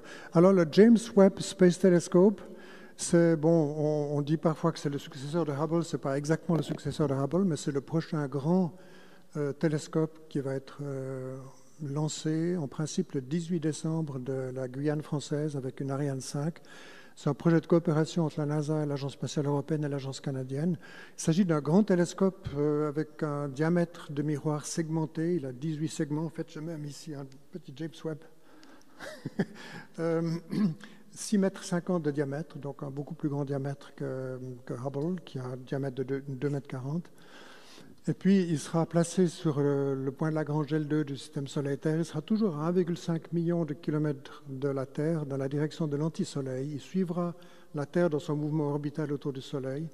Il a une grande enveloppe de protection contre la lumière du Soleil, de la Terre et de la Lune, donc il ne verra que l'espace noir et froid. Sa température descendra à peu près à 40 Kelvin, ou à peu près moins de 230 degrés centigrades. Il travaillera dans l'infrarouge, non pas dans le domaine du visible comme Hubble. L'idée étant, si on travaille dans l'infrarouge, on peut voir encore plus loin qu'avec Hubble, parce que les objets éloignés s'éloignent, les objets qui sont éloignés s'éloignent rapidement, donc leur rayonnement est shifté vers les grandes longueurs d'onde. Donc avec l'infrarouge, on voit plus loin. Et puis on peut voir aussi un peu à travers des nuages de matière interstellaire comme l'hydrogène, qui occultent le rayonnement visible, mais qui laissent passer beaucoup plus l'infrarouge. Voilà quelques renseignements sur le James Webb, qui encore une fois devrait être lancé le 18 décembre, je crois, 18 décembre. C'est compliqué parce qu'il y a toutes sortes de déploiements qui seront faits, parce qu'il est à l'intérieur de l'enveloppe au sommet d'Ariane 5, mais il est complètement replié sur lui-même, y compris le miroir secondaire, cette grande toile de protection du rayonnement solaire et terrestre. Tout ça, ça doit être déployé, et ça, c'est la grande inquiétude. Est-ce que tout ce déploiement va fonctionner correctement? Il n'y a pas de moyen d'aller le visiter et d'aller déployer à la main, comme on aurait pu le faire pour Hubble ou comme on l'a fait pour corriger l'optique, par exemple. Il sera lancé, il sera là-bas à 1,5 million de kilomètres de la Terre, et si ça ne marche pas, on va verser des larmes. Oui, bonsoir. Merci de me laisser poser la question. Monsieur Nicolier, j'ai suivi vos conférences depuis les années 90 et j'avais déjà remarqué, donc il y a 25, presque bientôt 30 ans, que vous étiez déjà très, très inquiet sur la situation de la Terre, sur les catastrophes qui allaient venir, et vous étiez très alarmiste. Aujourd'hui, face à la COP26, vous n'étiez pas écouté déjà à l'époque, comme beaucoup d'autres scientifiques, malheureusement. Qu'est-ce que vous pouvez répondre, puisqu'ils n'agissent pas, et pourtant ils étaient avertis depuis les années 70? Je n'ai pas exactement compris. Oui, c'est-à-dire que vous avez alerté déjà le monde scientifique depuis 30 ans sur les difficultés planétaires de l'environnement. Qu'est-ce que vous pensez par rapport à la non-action de la COP, enfin de toutes les mesures de la COP? Oui. Je pense tout de même que le système COP, c'est le meilleur système pour essayer de changer les choses. Qu'il y ait des accords qui soient passés à haut niveau entre des nations pour freiner le réchauffement et les dérives. Ce n'est pas seulement le réchauffement, mais c'est les dérives climatiques. Je ne vois pas tellement d'autres moyens de le faire. Et il est évident que ça ne marche pas aussi bien que ça devrait, mais ça a malgré tout un effet qui n'est pas négligeable. Je ne vois pas tellement d'autres stratégies à utiliser pour freiner. Il est évident qu'il faut motiver ceux qui sont les dirigeants, y compris les politiciens, pour que l'action soit prise. Et en Suisse, on n'est pas les meilleurs, en fait. Je dirais que la Suisse est un petit peu à la traîne dans ce domaine. Mais je pense que la série des COP est la bonne manière de faire, parce que je ne vois pas d'une autre alternative qui marcherait. Oui. Bonsoir. Oui, je voulais vous remercier pour votre exposé déjà, puis les magnifiques photos que vous D'où vient la question en fait? Je suis ici, je suis dans le noir. Ah d'accord, dans le noir, oui. Je me cache. Oui, je vous remercie pour votre exposé. Je voulais avoir votre avis en fait sur les prochaines missions lunaires et martiennes. Qu'est-ce que vous avez comme perspective, vous, personnellement? Oui. Alors, en ce qui concerne... Bon, il y a un programme d'exploration lunaire, j'en ai parlé brièvement, le programme Artemis, qui devrait commencer bientôt. Donc la fusée SLS, Space Launch System, est déjà prête sur la rampe de lancement, ou pas loin d'être prête sur la rampe de lancement pour un départ en février prochain. Ce sera une mission non habitée qui fera le tour de la Lune et qui reviendra. Artemis 2 sera habitée, mais sans se poser sur la Lune en 2023. Ils vont faire le tour de la Lune et revenir. Et puis l'alunissage devrait être en 2024. Ça, c'est un projet américain auquel se sont associées d'autres nations et d'autres agences spatiales, l'agence européenne, l'agence canadienne et l'agence japonaise. Et puis les Émirats sont également, ont rejoint et ont signé le contrat Artemis. Moi, je pense que c'est une bonne chose, une fois, de quitter l'orbite terrestre basse et d'aller ailleurs. Il y a beaucoup de sciences qu'on peut faire sur la Lune, au sujet de la Lune elle-même et de la Lune. De la Lune, ça signifie de l'astrophysique, par exemple. On peut utiliser la Lune comme une station spatiale naturel, si on peut dire, avec l'avantage d'un 6e de G qui est beaucoup mieux que le 0G finalement pour travailler. Travailler en 0G, c'est possible, c'est amusant de se flotter dans la cabine bien sûr, mais pour travailler, c'est pas idéal parce qu'il faut tout attacher, parce que les objets peuvent partir dans n'importe quelle direction, ou les astronautes eux-mêmes, c'est pour ça qu'il faut les attacher. Donc travailler sous un 6e de G sur la Lune, ça me paraît être une situation bien meilleure que le 0G, puis c'est suffisamment faible comme gravité qu'un objet que je lâche, il va aller dans une certaine direction, donc il ne va pas partir dans n'importe quelle direction, ça c'est un avantage. Je pense que des travaux en astrophysique, en radioastronomie sur la face cachée de la Lune, on est totalement à l'ombre du bruit radio qu'on a partout sur Terre et puis dans l'environnement terrestre, même jusqu'à la Lune pour la face visible de la Lune. Il y a pas mal de sciences qu'on peut faire de la Lune, mieux comprendre la Lune, étudier les possibilités d'exploitation de matériaux lunaires, et puis à partir de la Lune, spécialement dans le domaine de l'astrophysique. Et puis Mars, l'idée des Américains, c'est qu'Artemis, ce programme Artemis, c'est un programme de préparation pour des missions habitées vers Mars. Il faut s'habituer de vivre en utilisant les ressources d'un corps céleste autre que la Terre. Et ça, il vaut mieux le faire d'abord sur un corps céleste proche de la Terre, à savoir la Lune, avant d'aller vers Mars, qui nécessite un voyage de 8 mois à peu près. Mais les Américains voient vraiment le programme Artemis comme une préparation pour les missions martiennes. Mais encore une fois, comme j'ai mentionné, il y a beaucoup de sciences à faire sur la Lune et à partir de la Lune. Merci. Je suis aussi dans les noirs. Alors, je remercie les personnes qui ont créé ce programme à ciel ouvert, qui permet un dialogue entre science et spiritualité, qui ramène des personnes comme vous, et qui peut illuminer quelque part les autres par leur expérience et leur connaissance. Alors, ma question serait, quand vous étiez dans l'espace, ou même avant de préparer les missions une fois, une autre fois, au cours de votre vie, et vous avez eu les témoignages des gens qui étaient avec vous dans les vaisseaux spatiaux et vous parliez de est-ce que Dieu il existe, c'est quoi Dieu finalement? Si je dis... La question de Dieu. Oui. Comment vous y... Bon, évidemment, n'est-ce pas, le concept Dieu est un concept qui change beaucoup d'une personne à l'autre. Pour quelqu'un, c'est le Dieu des chrétiens. Pour d'autres, c'est une force qu'il y a dans l'univers et qui dirige l'univers dans une certaine direction. Pour d'autres, c'est celui qui a créé toutes les lois de la physique que nous avons du bonheur à découvrir, à utiliser, que ce soit pour des utilisations pratiques ou bien la science fondamentale. N'est-ce pas, il y a toutes sortes de définitions de Dieu. Le Dieu des chrétiens, c'est un concept qui est relativement clair, mais il y a tous les autres concepts possibles qui sont tout à fait honorables. Personnellement, je crois que le monde n'est pas fait uniquement d'atomes et de vide, n'est-ce pas? D'ailleurs, Démocrite a dit lui-même, "The world is made of atoms and vacuum, all the rest is opinions." Ce sont des opinions. Et on peut comprendre la religion comme étant une de ces opinions, finalement. Et personnellement, je suis convaincu qu'il y a beaucoup d'opinions au-delà du vide et des atomes. Personnellement, encore une fois, c'est plus des questions que j'ai que des réponses. Je sens là une présence immatérielle qui est là, et qui a peut-être contribué à ce développement formidable de la vie sur Terre, et probablement à beaucoup d'autres endroits dans l'univers.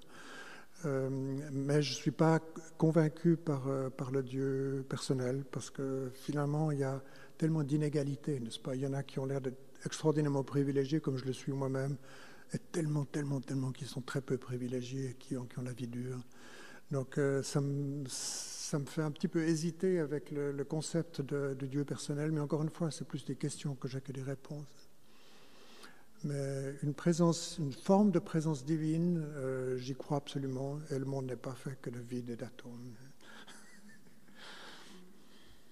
C'est un peu simplifié tout ça pour... Non, au contraire, je dirais que, puisque c'est un programme théologie et astrophysique, c'est exactement les questions qu'on se pose. Oui.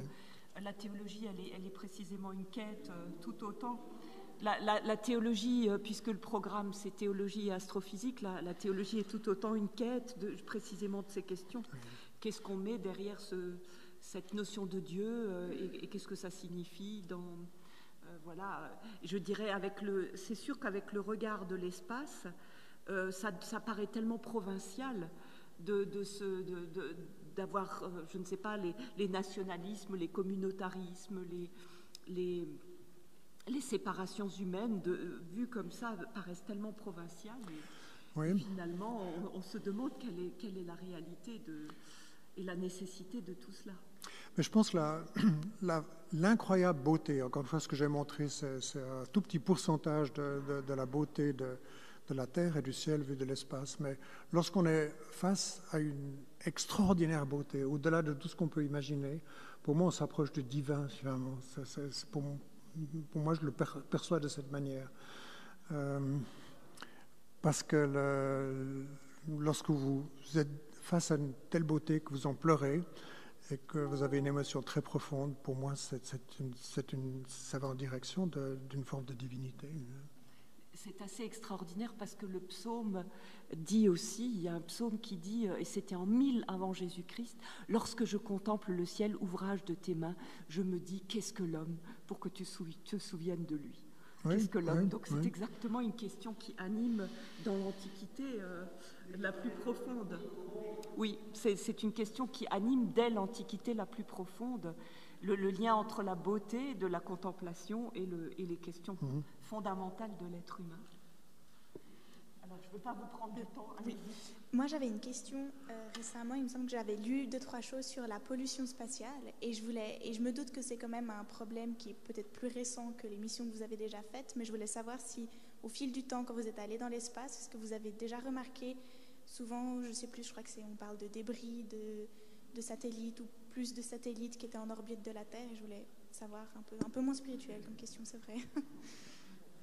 Oui, alors les débris dans l'espace, c'est un problème majeur, il n'y a aucun doute. Il y a à peu près 30 000 débris dans des orbites basses entre 200-300 km d'altitude et 1000 km. 30 000 débris qui sont à peu près la dimension du point en métal, mais qui sont suivis au radar. On sait exactement quelles sont leurs trajectoires.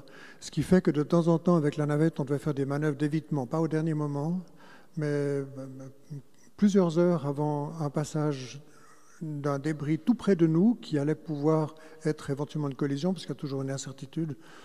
On devait faire des manœuvres d'évitement. Donc, avec la station, ils le font également régulièrement. C'est un problème, c'est un problème un peu similaire au réchauffement climatique, finalement. On a rejeté du CO2 dans l'atmosphère depuis longtemps sans trop se préoccuper. Et puis on a mis des morceaux de satellites, et puis on a des collisions de satellites dans l'espace. On ne se préoccupait pas trop parce que l'espace est très grand. Et puis maintenant on réalise que finalement ce n'est pas aussi grand. Et puis dans le réchauffement climatique, on réalise que trop de CO2 dans l'atmosphère, ça conduit à des problèmes majeurs. C'est un problème similaire. Ce qui est difficile avec les débris spatiaux, c'est qu'un objet qui est à 1000 km d'altitude, donc à 28 000 km à l'heure ou un peu moins pour 1000 km d'altitude, il a une durée de vie de siècles. Plusieurs siècles, il reste tout simplement. Parce qu'il n'y a pas de freinage là-haut. Quand vous êtes en dessus de 3, 4, 500 km d'altitude, il n'y a plus de freinage. Donc ces objets, ils restent. Alors l'idée, c'est d'aller rechercher des gros débris. Il y a un programme de ClearSpace, c'est une start-up issue de l'EPFL qui va aller rechercher un gros débris qui est un étage supérieur d'une fusée Vega en 2025, donc dans quelques années. Il y a d'autres projets où on va essayer d'aller enlever les gros débris. Et puis pour les plus petits débris, on ne peut pas faire grand-chose, sinon essayer de les éviter quand on voit qu'ils vont passer tout près de la station spatiale, ou bien d'un satellite qui fonctionne, ou bien d'un Crew Dragon, ou bien un autre objet de ce type. Mais c'est un problème majeur, il n'y a pas de doute. En lien avec cette question, on peut se poser d'autres questions, celle justement de l'usage de l'espace. Il y a des missions scientifiques, mais il y a maintenant tout ce que propose Elon Musk, des gens qui vont faire du tourisme. Qu'est-ce que vous pensez de cela? Est-ce qu'il ne faudrait pas avoir une meilleure réglementation, des limites à cette forme d'usage de l'espace? Oui. Non, c'est une bonne question. Enfin, moi, je suis plutôt pour le tourisme spatial, dans le sens que aller dans l'espace est une expérience tellement extraordinaire que limiter ça à des astronautes professionnels, c'est presque injuste. Donc que des non-professionnels puissent aller dans l'espace, je pense qu'en principe c'est juste. Maintenant, il y a évidemment deux formes de tourisme spatial. Il y a le suborbital, monter et descendre. Richard Branson et Jeff Bezos l'ont fait. Ils sont devenus, entre guillemets, des astronautes. On ne sait pas trop si c'est un oui ou un non, mais peu importe finalement.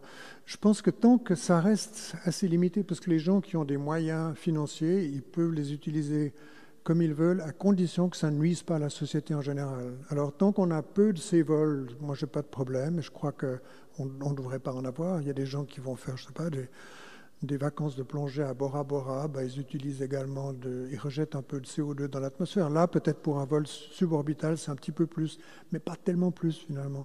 Donc, tant que ça reste modéré, moi, je n'ai pas de problème. Si ça devient tout à fait généralisé, qu'on a plusieurs missions touristiques par jour, à partir des États-Unis ou d'ailleurs, là, il y a un problème majeur, il n'y a pas de doute. Pour moi, il faut qu'un voyage ait toujours un sens. Et puis là, on a des voyages qui n'ont pas toujours un sens. Évidemment. Se faire plaisir, entre guillemets, c'est pas interdit, disons, mais si ça nuit aux autres, c'est quelque chose qui ne devrait pas être fait. Au-delà d'un certain niveau de nuisance, en tout cas. Voilà mes réflexions. Une ou deux dernières questions, parce que le temps malheureusement nous échappe. Ma question est, qu'avez-vous ressenti lors de vos sorties extravéhiculaires? Lors de vos sorties extravéhiculaires, qu'avez-vous ressenti à ce moment-là? Ah oui, ça, il fallait poser la question, oui. Alors, le ressenti lors d'une sortie extravéhiculaire, ce qui est très différent d'une sortie extravéhiculaire par rapport à être dans la cabine, c'est que dans la cabine, on est contenu à l'intérieur de la cabine, il y a le plafond, il y a les parois latérales, il y a le plancher. Quand on est dehors, on est en scaphandre d'une part, parce qu'on ne peut pas aller en vêtements légers dans le vide spatial. Et là, tout à coup, il n'y a plus de cette barrière, cette frontière. Donc, il faut vraiment faire attention. D'une part, c'est une sensation qui est presque un peu inquiétante au début. On s'y habitue, disons, mais au début, quand on sort, on se dit, voilà, tout à coup, maintenant, il n'y a plus de barrière entre moi et puis la nébuleuse d'Andromède, par exemple. Et il faut vraiment travailler de façon très systématique, focalisée. Il faut toujours s'attacher à la structure, attacher son filet de sécurité, parce que si le filet de sécurité n'est pas attaché, que vous tenez la structure, vous pouvez la lâcher à un moment, ça c'est pas grave. Mais ce qu'il ne faut vraiment pas faire, ça c'est une recommandation pour tous ceux et celles qui sont là. Il ne faut pas faire ceci puis se lâcher parce qu'on part sur une autre orbite qui ne va pas forcément intercepter l'orbite initiale. Alors, ça, il faut faire vraiment attention à ça. Et c'est presque obsessionnel, en fait. Toujours tenir la structure. Et moi, je me suis amusé lors de certaines parties de ma sortie. Bon, la sortie, c'était 8 heures et 10 minutes où on a vraiment travaillé, mais il y a des moments, je ne sais pas, 1 minute ou 2 où on était relativement tranquille. Et je tenais le handrail, je l'ai lâché, je me suis dit, waouh, je vole en formation avec la navette, avec Hubble à 28 000 km/h. Et ça va, parce qu'on ne s'éloigne pas, on peut reprendre le contact. Mais ce qu'il ne faut vraiment pas faire, c'est ça. Parce que là, on part sur une autre orbite, et si le filet de sécurité n'est pas attaché, c'est vraiment a bad day. Hein? Donc, on pense à ça. C'est pas obsessionnel, disons, mais on se dit il faut vraiment faire attention. Il y a aussi une autre chose qui est impressionnante, c'est qu'on a la visière en polycarbonate, et à 5-6 cm de notre visage, il y a le vide. Et puis le vide, c'est pas très bon pour la vie, finalement. Hein. Un tout petit moment, ça va, mais quelques secondes, ça va, mais pas plus. Donc ça, c'est impressionnant. Et puis on se dit on est finalement assez fragile. Mais quand tout marche bien, puis on a des procédures de secours au cas où on a des problèmes. On avait un petit flipbook. Si on avait un problème comme baisse de pression de l'oxygène pur qu'on avait dans le scaphandre, il y a des procédures pour revenir vers le sas, pour fermer certaines valves. Mais c'est une chose à laquelle il faut être bien préparé lorsqu'on fait une sortie. Et puis, une autre chose que j'aimerais mentionner, c'est qu'on a un moteur électrique dans le scaphandre qui, d'une part, circule l'oxygène, ça passe par des cartouches d'hydroxyde de lithium pour enlever le gaz carbonique, parce que l'oxygène se charge en gaz carbonique avec l'expiration. Circule l'oxygène d'une part, et puis il y a une petite pompe qui circule également un liquide de refroidissement dans un sous-vêtement qu'on a sur tout le corps, sauf la tête. Et puis lorsqu'on entend ce bruit de moteur, c'est wow, wow, wow, wow. C'est un petit peu comme le battement du cœur finalement, parce que c'est essentiel pour la vie. Si l'oxygène n'est pas circulé, assez rapidement on doit rentrer dans l'os, on n'a pas un temps de survie qui est tellement long. Donc ça c'est une remarque qui me paraît intéressante. C'est clair, le bruit ne se propage pas dans l'espace, mais à l'intérieur du scaphandre, il y a de l'atmosphère. Donc on entendait toujours le bruit de ce moteur électrique. Et c'était rassurant tant qu'on l'entendait, mais je ne voulais pas qu'il s'arrête. Hein. Voilà, quelques remarques. Mais c'est cool. Si vous avez l'occasion de le faire une fois, il ne faut pas hésiter aussi. Hein.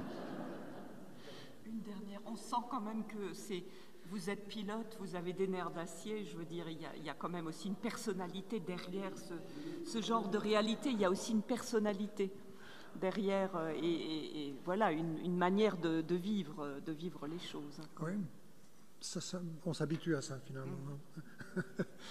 Alors, une dernière question, madame. Oui, bonsoir, merci de me donner la parole pour la dernière question. J'ai été très touchée par l'émotion de votre présentation, qui n'était pas que scientifique. Et ma question fait suite à celle de madame. Qu'est-ce que vous avez senti au retour? Et puis, vous avez dit qu'un voyage doit avoir du sens à votre retour. Et maintenant, en regardant en arrière, quel était le sens de ces voyages que vous avez effectués? Oui, alors d'abord, qu'est-ce que vous ressentez au retour, pour le retour, et puis quel est le sens, parce que vous avez parlé du sens de ces voyages, qu'est-ce que vous retirez-vous comme sens de ces voyages? C'est une belle question de conclusion. Oui. Oui. Bon, le retour sur Terre, on se sent tout simplement très lourd quand on rentre. Hein. Je me rappelle qu'après l'atterrissage, se lever du siège avec cette combinaison orange, ce n'était pas la combinaison élégante de la SpaceX, mais une combinaison orange assez lourde. On avait de la peine, et puis on rampait jusqu'à l'écoutille de sortie de la navette.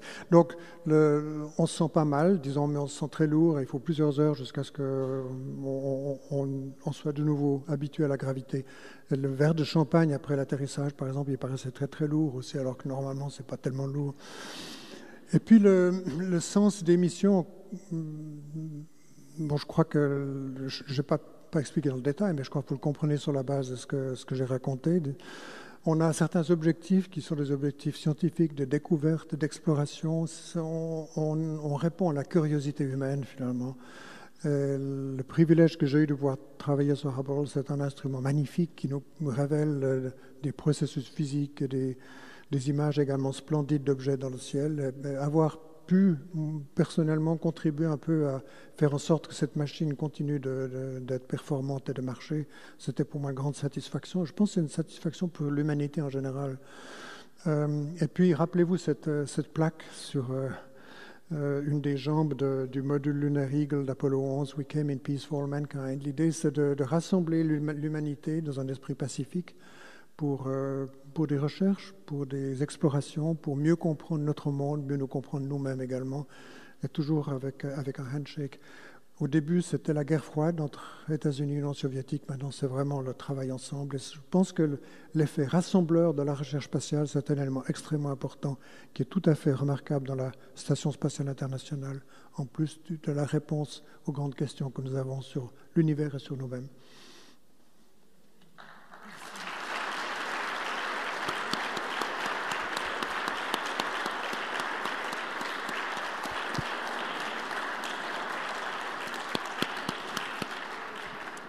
Mille merci de nous avoir conduits non seulement vers la beauté de l'espace et vers l'admiration de ce qui nous entoure, mais aussi dans un voyage vers notre humanité, parce que c'est finalement aussi de ça qu'il est question, comme vous venez de le dire en conclusion.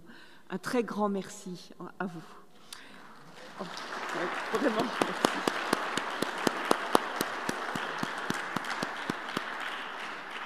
Et une petite annonce pour vous convier à la prochaine conférence qui sera donc dans l'autre sens, c'est-à-dire c'est une théologienne qui parlera en dialogue avec le professeur Stéphane Berthet, astrophysicien et astronaute.